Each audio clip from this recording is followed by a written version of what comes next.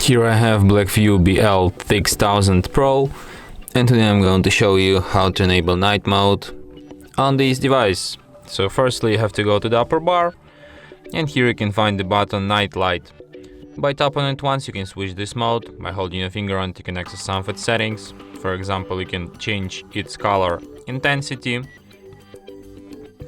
and you can also add a schedule for it. You can set it on a custom time, or you can set it from sunset to sunrise, but first you will have to enable location settings for this feature, and then you can set it from sunset to sunrise. So yeah, and that's it. Thanks for watching. If you find this tutorial useful, don't forget to hit that like button and subscribe to our channel.